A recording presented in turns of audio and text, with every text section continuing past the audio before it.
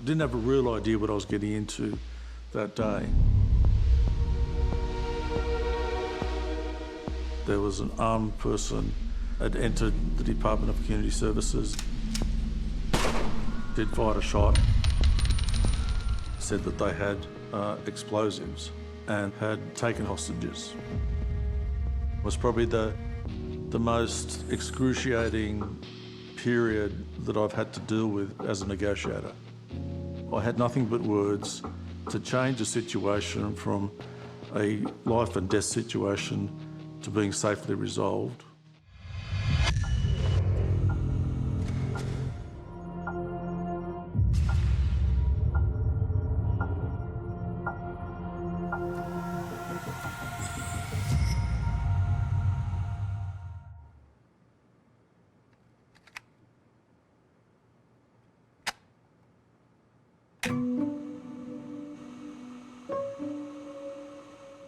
One sentence can be the difference between life and death.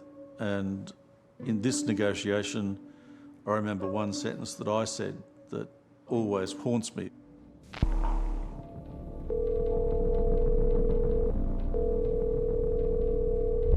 Police emergency. Hello? Yes, mate. My full name is Troy Charles Millgate. My wife's full name is Judith, or Judy as she's known, Glenda Millgate. Okay. I've got 2 other people in the room, and me and Judy have got 4 strapped to our chest. If I get shot, you'll hear 2 explosions. Okay, Troy. Well, hopefully no one's gonna get shot, so you'll be all right, mate. A tense standoff in Sydney's southwest. The man took hostages at a local welfare office in Liverpool.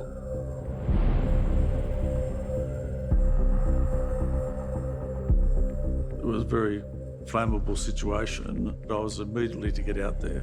There were 2 hostages, 2 employees down in the reception area. We had to try and get them out. You really have a deal of stress while you're trying to assess the situation until you get an idea as to what the problem is, how serious it is, how you're going to control it. When I arrived on the scene, there was a lot of confusion, a lot of noise. Most urgent thing when I arrived was to try and get as much intelligence about the incident and the people involved. The man at the centre of the siege is 25-year-old invalid pensioner Troy Millgate. I want to tell the welfare Yeah. and ask them, tell us why they took our baby, because they had no reason. They took our... Calm down, mate. And I'll do what you want me to do. But you'll need to calm down. It was learned that they had been in conflict with the Department of Community Services in Wollongong. The authorities had seized their child. He just wanted the child back. He was threatening to kill both himself and his wife, and claiming that they would not be the only ones to die. He said that he and his wife had explosives strapped to their body, and that the 2 bombs had a range of ways in which they could be activated. If he was shot and his body reacted in a certain way, it would set the bomb off, or his wife was shot, it would set the bomb off. Troy had convictions for stealing explosives and convictions for making explosives. There were a number of people who worked in there that were allowed to leave. We gathered them and consulted with them to find out what we could about what was going on inside. And it was during that period that we learnt there were about 24 people upstairs in the Department of Community Services. It became clear the matter was a very serious situation. They were in the office above Troy, which he was unaware of. So we had to try and make contact with them to say, stay quiet, don't move, don't make a noise, lock yourselves in. We had to try and get them out as fast as we possibly could. That involved the tactical team working out a plan to do exactly that. We also had to make sure that the 2 hostages with Troy were safe. So my role was to make communication with the person of interest as soon as I could. From that point, we bring the negotiators truck in I took over the role of primary negotiator. So I hadn't been in a hostage situation before like this. You're not only nervous about the situation, but you're nervous because you know that everyone from the commissioner down is listening to you. And of course, police are very good critics, and I was well aware of that as well.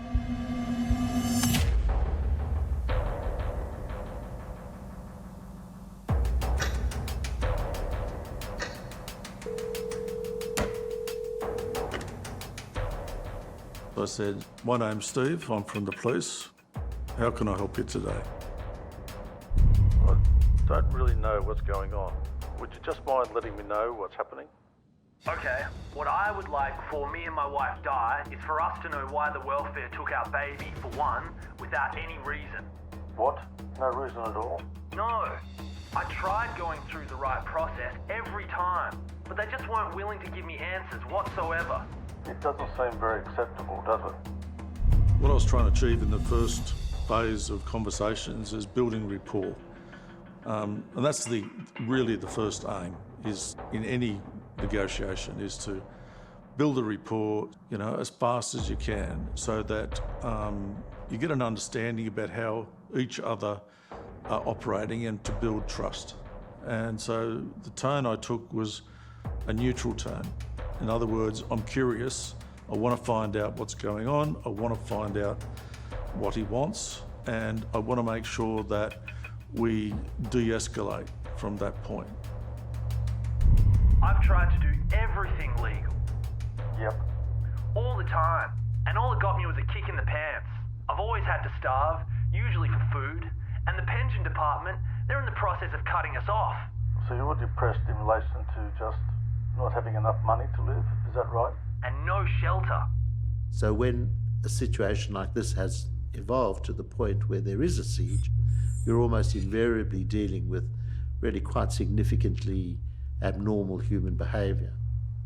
My role was that of a consultant psychiatrist to make an analysis of the intelligence information to gain an understanding of what exactly it was that was being played out.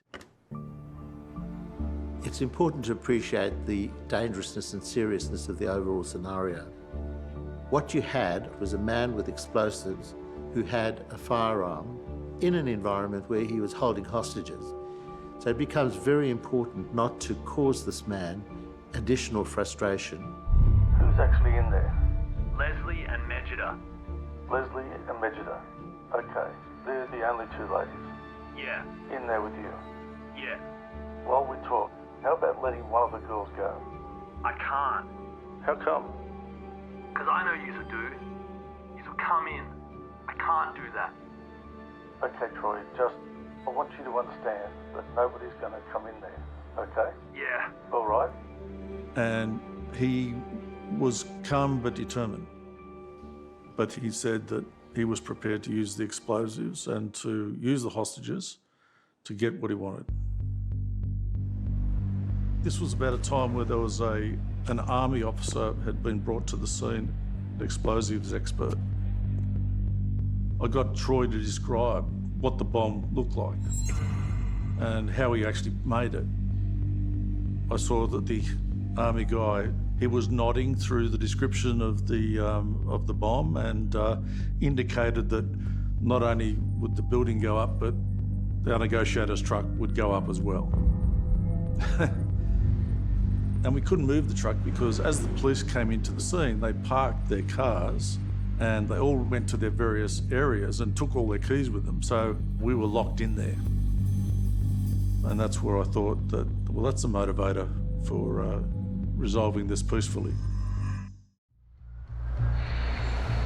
All cars in the vicinity of the Liverpool Department of Community Services. Armed offender in the main reception area.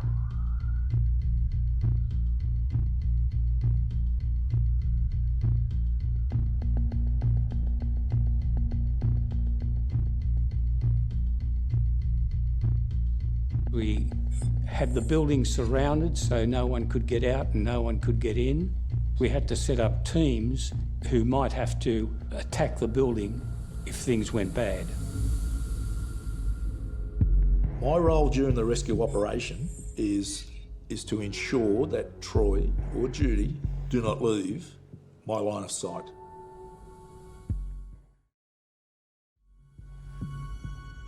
It's critical to watch where they go and what they do before I decide to use lethal force to end a situation.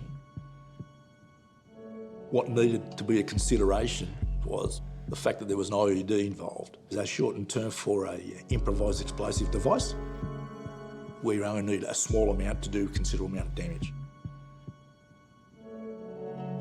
Troy and Judy were visible quite regularly through the scopes. Troy was in his early 20s. He was carrying quite regularly this sawn-off .22 rifle. Judy was a little bit different to Troy. Judy's body language appeared submissive. She was showing a lot of anxiety. There was no doubt about that. But at the end of the day, I had to consider, was Judy wearing or carrying the IED as a bomb on her body? We had their names, but we had to find out what we could about these people. We had police who were continually inquiring about the backgrounds to Troy and his wife Judy. He had one of the hardest childhoods that I've ever read. He had an abusive father, more than likely sexually abused. Troy's son was about 3 months old, and he'd left the son in the care of his foster mother. She contacted the Department of Community Services and asked them to take charge of the son. He'd lost children to social security services in the past, and he now had his most recent child removed. He was there to leverage his position to find out what had happened to his son and to get an explanation why his son was removed from him. But at the same time, he insisted that he was there to kill himself and his wife. And that really was not logical. If we gave him that information, he was going to kill himself. And if we didn't give him that information, he was still going to kill himself. There was absolutely no chance of resolving the problem, given the way he was behaving. His demands were a catch-22 situation. And so my job then was to, okay, we start using time to really get to the bottom of the situation and to try and get out all the underlying factors that are involved in this situation. At the same time, there was 24 people in the office above Troy. Those people were constructive hostages as well and in danger. Our biggest concern was the IED. It had a propensity to cause damage to untold people in that location.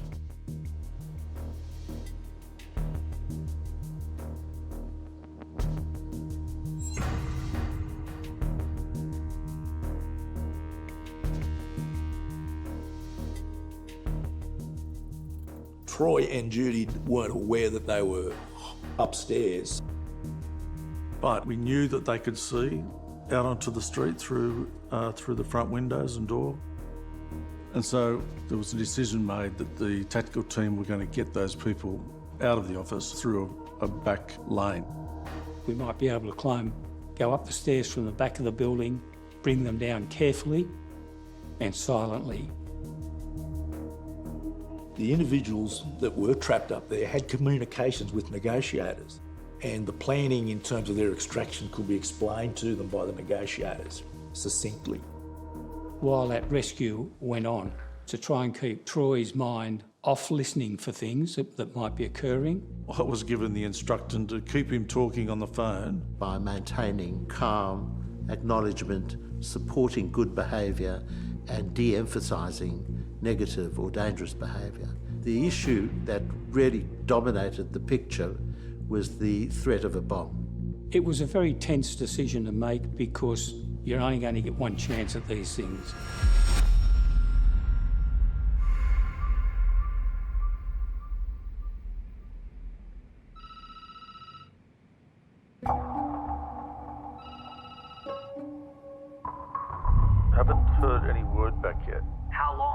I don't know. See, I don't want to lie to you, Troy. I can only tell you what I know. Well, we didn't speak to Troy specifically about the child because it was the heart of the demand.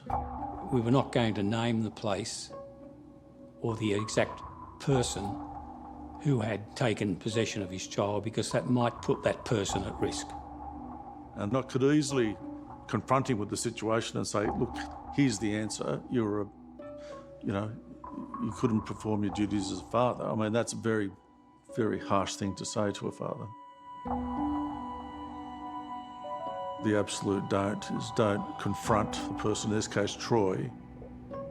When you provide that answer, it may settle things and then tip the person over into committing suicide.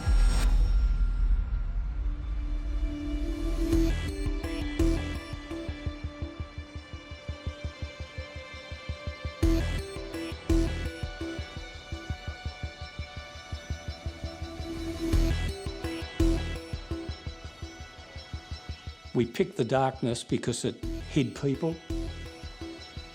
There were windows on the second level. Ladders with padding would be placed against the top window to stop the noise effects being heard inside. If Troy or his wife, Judy, heard people out the back or heard noises, they would have gone out the back with the gun. So Steve was to keep the conversation going as long as he could. The tactical team told me, now, Steve, we're going to get them out. We've got a plan, but we want you to keep them talking. And I remember saying to him, well, OK, so what, 20 minutes? And he said, easy, 20 minutes.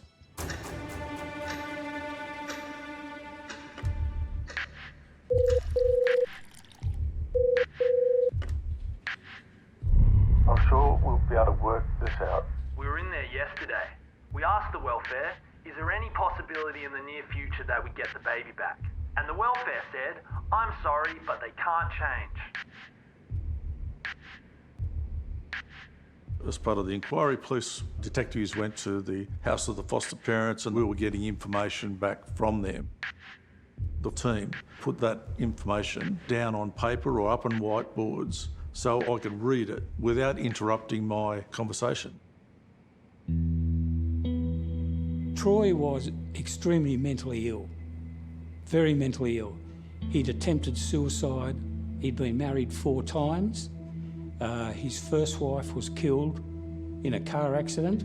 His second wife left him after a short time. His third wife he found dead in bed when he woke up one morning. Essentially, everything he had tried to do had led to a failed result.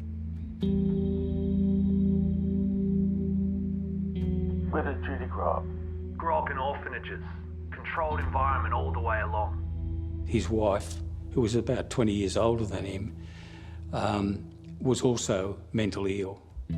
The role of Troy's wife, Judy, in the siege was really to support and obey him. She followed what Troy said and she was committed to what Troy wanted to do. So she wasn't necessarily a hostage, but in my view, and at the time, she was a victim. Those things were coming in all the time, but you can't let your emotions get involved. You can't do what you would normally do as a person. You've got a tendency as an individual, how you act normally, how you would act in front of your family and friends. You can't help but feeling, a sigh or something like that. To stop that or to stifle it and keep going is very difficult. And the skill as a negotiator to take in that information and to be able to not react to it in any way while you're speaking to the person is part of the training.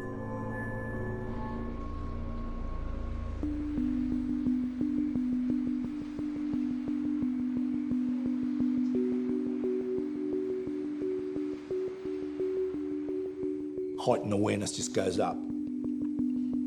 Our biggest concern was the IED. During the extractions, both Troy and Judy were under optics. If we lost sight of those at any point, the extraction would stop. The team had to go up the back steps. We were minimising the risk as best we could.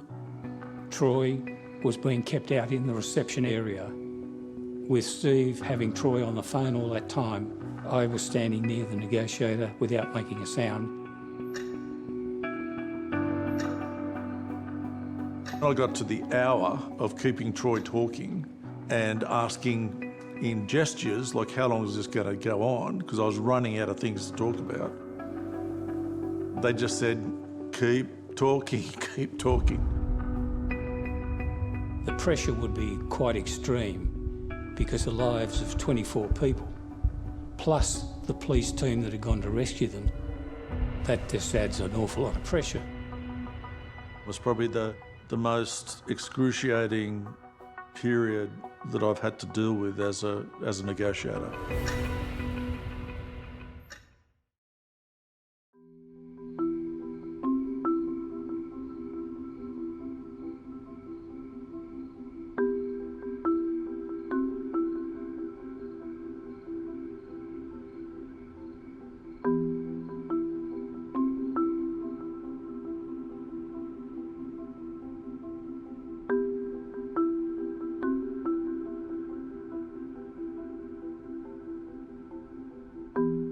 I resorted to talking to him about food, getting food in there to look after the hostages and himself and Judy. And I remember getting a Chinese menu and going through every single item on the Chinese menu. Now, for some reason, he bought into it. He became involved in the selection of the food, and I even got him talking to how much it was going to cost and how was he going to pay for it, because, you know, it was his responsibility to pay for it. The onus was placed on him to fund the actual food for the hostages. Not that it wouldn't have been provided anyway, but by doing that, he took responsibility for feeding his hostages. That was a very powerful bonding with the hostages, is that it's very difficult to carry out acts of violence against people you've actually actively fed and for whom you've provided comfort. And so I was getting information from the psychiatrist all the way through the situation about try this, try that. And he would write notes too, which was very annoying because, you know, have you ever seen a doctor's writing? Trying to decipher that and try and talk to someone who's allegedly got a bomb and has fired a shot from a rifle is a very difficult thing. He can't read anything. No, I'm responsible for that. I don't have a good handwriting, but I subsequently have learned to print. Troy ordered chicken chow mein. The hostages ordered spicy KFC. He said, I've only got this much money, and I think I promised that I would pay for the remainder of the money, but he owed it to me and he had to pay for it when he came out. The key issue for him was to deal with his inadequate personality. So what we wanted to emphasise was that he could be a good person, caring for the hostages.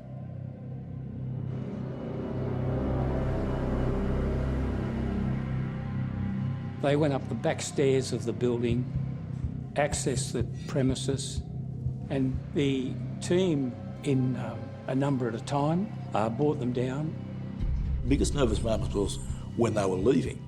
That caused them the most angst because they feared making noises which was going to alert Troy and Judy that there was someone on top of them. What I did see was, out of my peripheral vision while I was scoping Troy and Judy, was the stream of trapped people actually walking down the laneway. You could see those expressions of relief.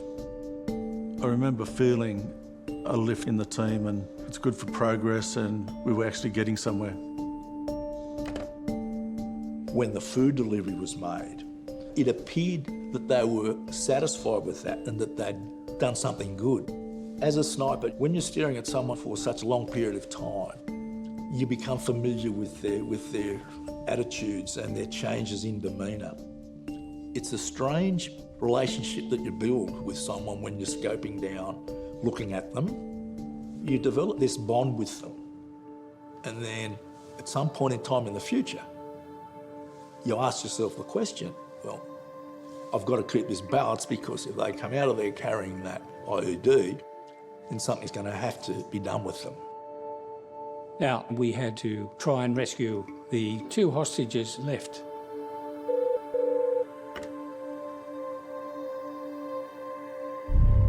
What about letting Megida go? I can't. Not till I know.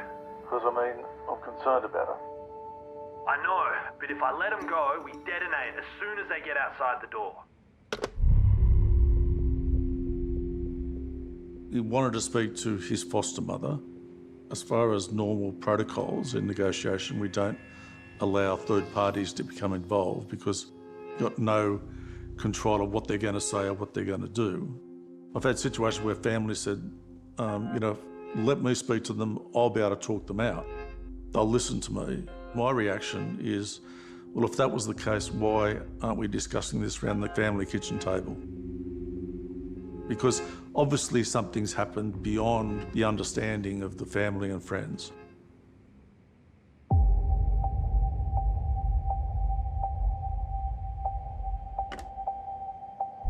Hello? We've got a slight problem here. Yeah, what's the problem, Troy? I just found an extra person. We became aware that there was another 2 hostages hiding somewhere. Making a total of 4 hostages still inside.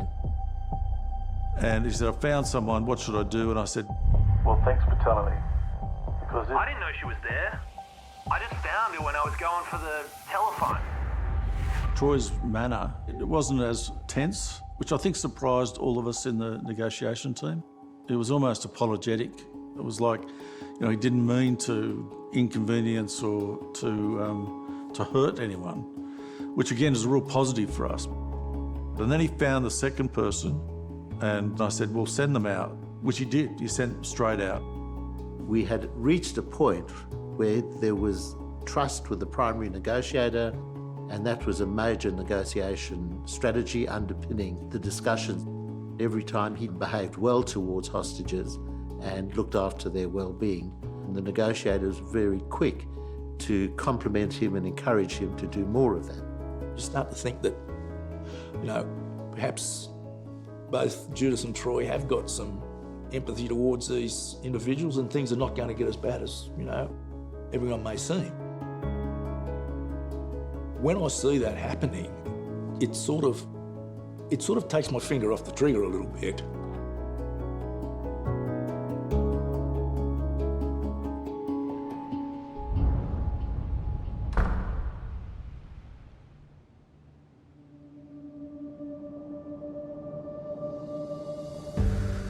Effective time on negotiations is absolutely crucial. The beginning of an operation, what you have is a situation dominated by high fantasy, high intensity of emotions.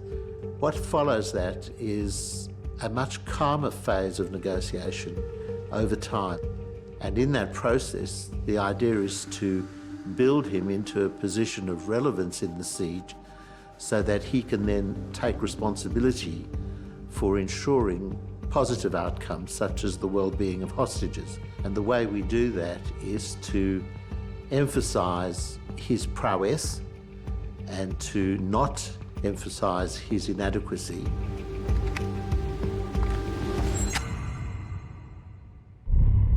how about doing me a favour right now, Troy? What? How about letting one of the girls go? If one of them wants to go, they can go, but not 2 of them. No, not 2 of them. I'm not saying 2. It's their choice. You can speak to them. It doesn't matter to me. Hello, Megida here. Hello, Megida. Listen, I think at this stage we might be able to get probably let one of you go. How about if you walk out? Leslie wouldn't feel too comfortable. She's very scared and she finds comfort in me being here. I understand that to a certain extent, but one of you should come out. No, she's too frightened. The two who had been there the longest and who had formed part of that stable quartet in the stronghold were reluctant to be separated. What occurs in the dynamics amongst hostage takers and hostages is that if there is no overt, repetitive threat being played out, there is often a stability in that environment that makes it harder for the hostages to unsettle that stability that has replaced their initial fears. Given that there was still the concern about a bomb, it was very, very important in those circumstances to get at least one of the hostages out. I would like one of you girls to leave that place. Yeah? Now, it's got to be done for the situation in there, okay? And I want you to understand that what I'm saying is, well, it'll help everybody, okay? Yeah. Okay, just think about what I've said. And if the opportunity arises, I would like one of you to leave.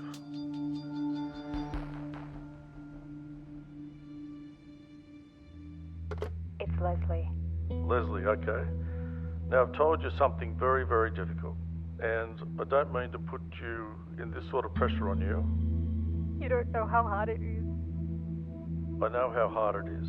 I bet you've never been in this situation. She said, "You don't know what it's like to be a hostage." And I said, "I do. I know what it's like." And I stopped myself, but the words had gone. It's amazing how many people fall for saying, yes, I know what it's like to be a hostage. You're trying to get empathy and you're trying to get rapport, but the real fact is it was hollow and it was stupid, you know. I have been, doing this sort of work for a long time, okay? And I know how difficult this is for you. Leslie, I'm saying one of you must go. It's the right decision, Leslie. Can we have a little bit more time? Sure, a couple of minutes at the most. It was gut-wrenching to listen to because they were behaving as thoroughly decent human beings, each concerned about the other.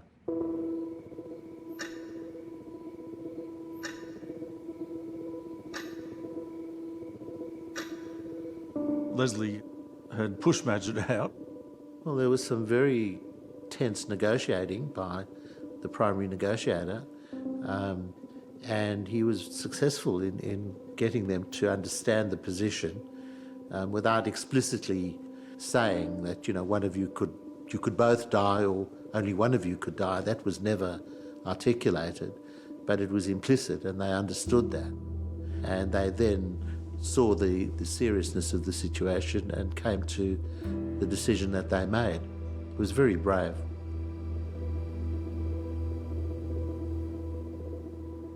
Fatigue is quite a silent enemy in that people might become careless, people might sense that the resolution of the operation is likely to happen soon because it suits them because they're tired, and you get these subtle impairments of judgments. The team leader said to me, "Steve, you're over, that you sound tired, you look tired." Because you can't have people in a highly tense position and not having a break from time to time. There was a conversation by me saying, "I don't think that's right at the moment," but I protested. I felt that I had a rapport, that I hadn't finished the job.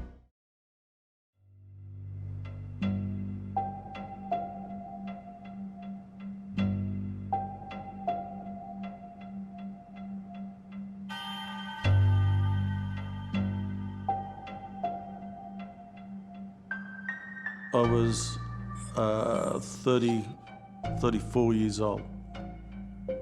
I was ambitious. My wife would always say that the job came first.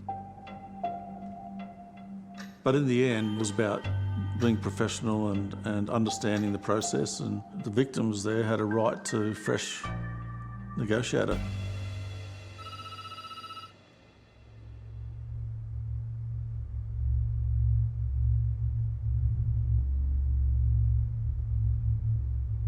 He'd told people that he was going to blow everything up at midnight. So when hostage takers set deadlines, the first thing the negotiators do is make plans about how you're going to talk through the deadline. For example, if you've got an answer to a question and it's an hour from a deadline, you might hold that answer for an hour and wait till 5 minutes before the deadline and say, here, I've got the answer to your question and let's talk about this. One of the discussions around the deadline of midnight was whether I would carry through that 12 midnight deadline or whether we'd change negotiators. So we decided to use the change of negotiator to be that way of talking through the deadline. There's several ways to hand over to another negotiator. One is two people can talk on the one phone call and say, look, I'll just introduce you to Jane. But there's always the danger that while it's on that call, Troy will say, no, I don't want to speak to Jane, tell her to go away, and you're stuck. But if you do a cold handover and Jane says, look, Steve's left the truck, he's gone to do something and I can't just get hold of him at the moment, there's no choice. So Jane did a cold handover. In other words, she just rang straight after I'd spoken to him. And in this case, that handover went extremely well. And Jane took over and took over the negotiation to get Leslie out. So I stayed in the truck. I performed the duties of a secondary negotiator. I listened and provided notes. I believe Jane developed a very good rapport with Troy, and she was able to compliment him on a number of things about Troy's strengths, and Jane would always try and get him to make a promise that he would ring back to keep the conversation going.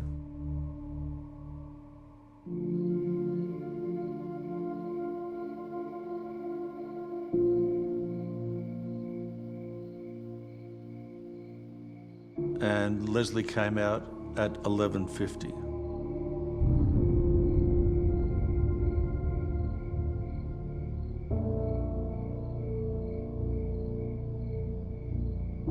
Once it was done, what you had was you'd reduce the stress and the pressure level on all of the police and anyone else involved. Well, I think for me, getting all those people out through a negotiation, you have so many downs, and I'd made some errors that I was highly critical of myself, and that was a great success for me and gave myself a very personal lift.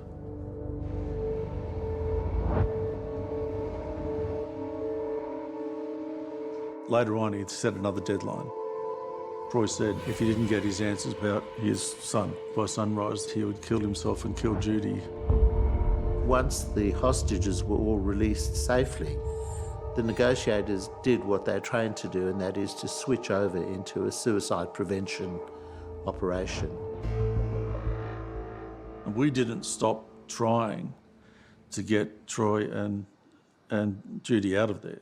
Getting Judy out was really important to me because I felt that she was a simple woman that was coerced into this situation, that she wasn't really a party to it, but she was going along with it, but didn't really understand the ramifications.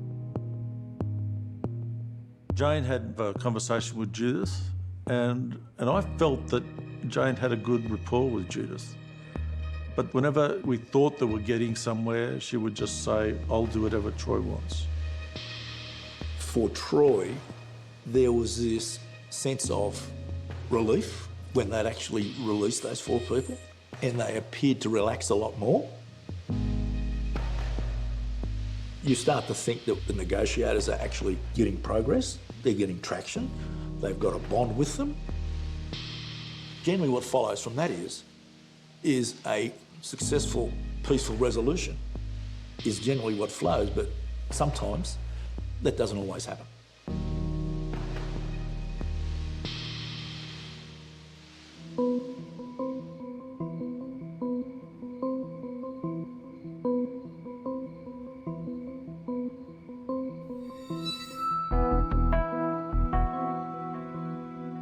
When I finally left the negotiator's truck, I believed that we would resolve it peacefully.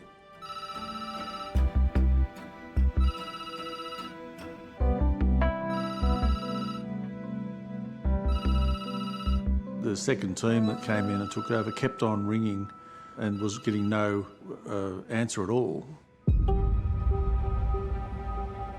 About 7 a.m. that morning, entry was made to the premises.